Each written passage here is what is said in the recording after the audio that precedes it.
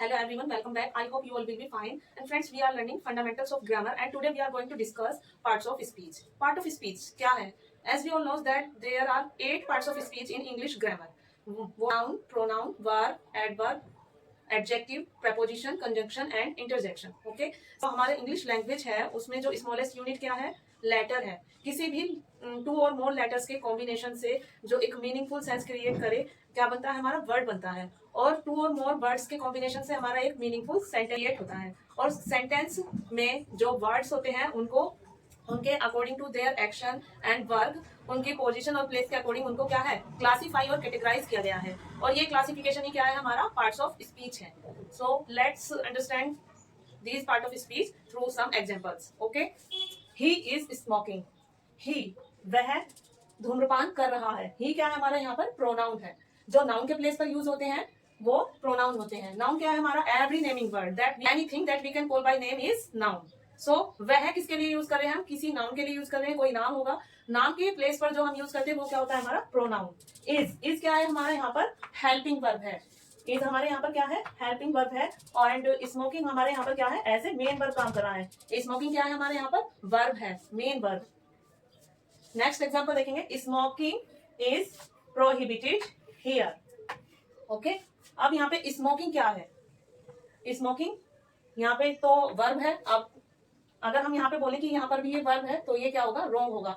हम previous video lectures में अपने जान चुके हैं कि वर्ब की आईएनजी फॉर्म जब एज ए सब्जेक्ट किसी सेंटेंस में यूज होगी तो वो ऑलवेज क्या होगी? नाउन होगी. सो यहाँ पे हमने स्मोकिंग को एज ए नाउन यूज किया है. ये यहाँ पर सब्जेक्ट है हमारा तो ये क्या होगा? हमारा नाउन होगा. इज हमारी यहाँ पे अगेन क्या है? हेल्पिंग वर्ब है. और प्रोहिबिटेड हमारी क्या है? यहाँ पर मेन वर्ब है. और हियर यहाँ पे क्या है? हियर यहाँ पर निषिद्ध है. क्या प्रोहिबिटेड? ये प्रोहिबिटेड है यहाँ पर. सो वर्ब को क्वालिफाई कर रहा है हियर. हियर क्या हो गया? यहाँ पर एडवर्ब हो गया है.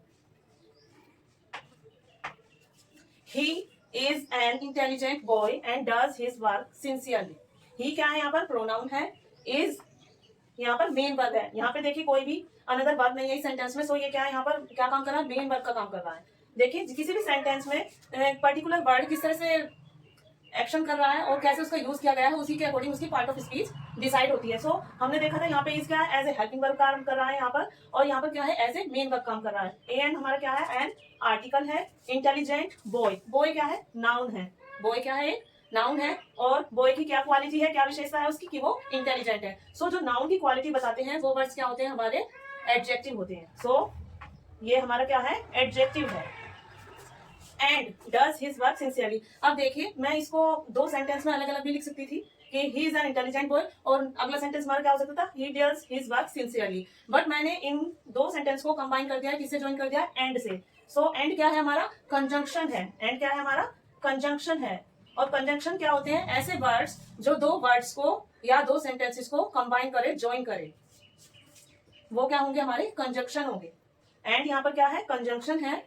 डज. डज यहाँ पर क्या है? अगेन वर्ब है. डज क्या है? यहाँ पर वर्ब है.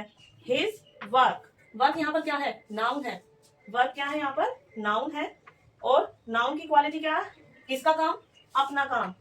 सो वैसे तो किसकी ऑब्जेक्टिव फॉर्म है? ही की. बट यहाँ पे हिज क्या है? किसको क्वालिफाई कर रहा है? वर्क को, जो कि यहाँ पर नाउन है. और जो नाउन को क्वालिफाई करे, नाउन की क्वालिटी बताए कि किसका काम. तो विच आ रहा है यहाँ पे? किसका काम. तो ये क्या है? यहाँ पर एडजेक्टिव है. हिज क्या है? यहाँ पर एडजेक्टिव है. सिंसियरली.